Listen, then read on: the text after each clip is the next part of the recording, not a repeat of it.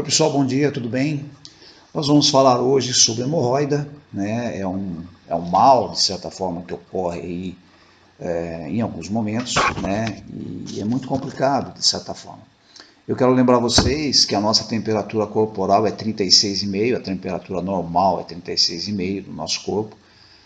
E quando nós devemos, na realidade, quando não, nós devemos manter a temperatura do bumbum numa média de 37 graus. Então ele tem que ser quente. Quando nós falamos a respeito das hemorroidas, a grande importância na realidade é manter a temperatura do bumbum numa forma dentro desse contexto.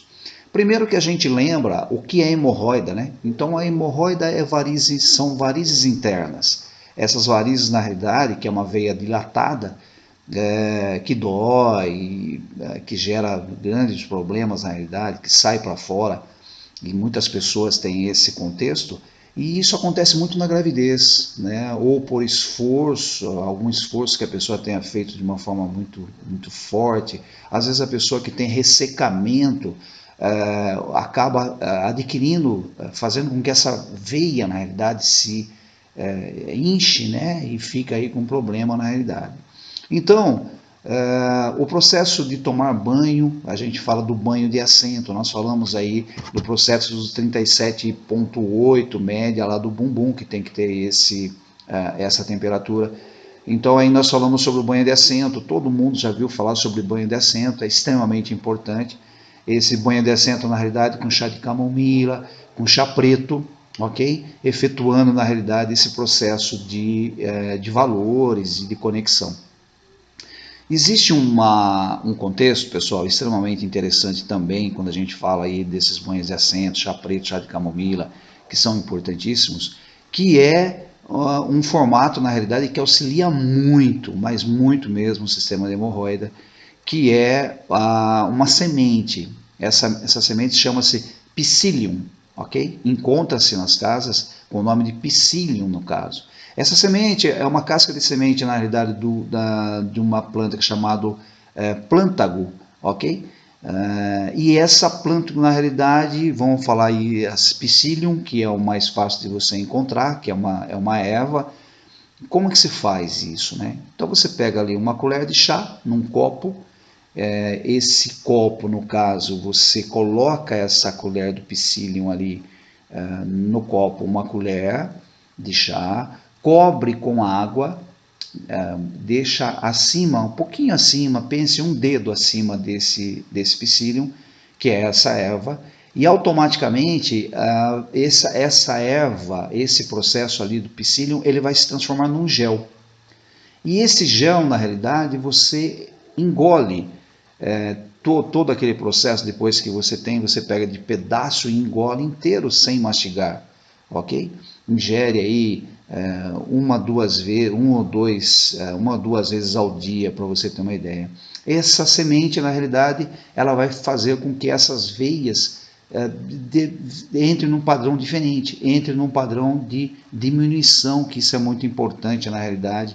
Como também nós temos ali o chá de alecrim, que é extremamente importante para esse processo, né? Eu trabalho muito esse processo de úlceras, de uma certa forma.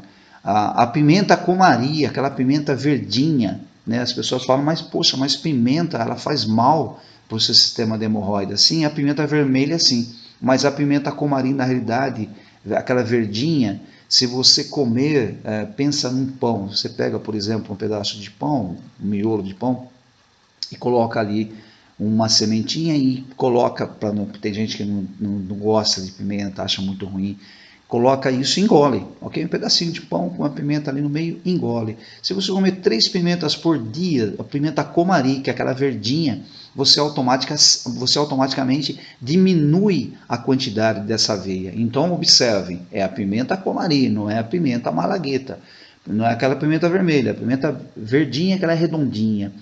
Então aí tem aquele detalhe da pessoa que gosta de comer pimenta, come aquilo porque automaticamente ele diminui essa veia, que é a veia ali que eu disse a vocês que causa essa varize, que causa essa hemorroida.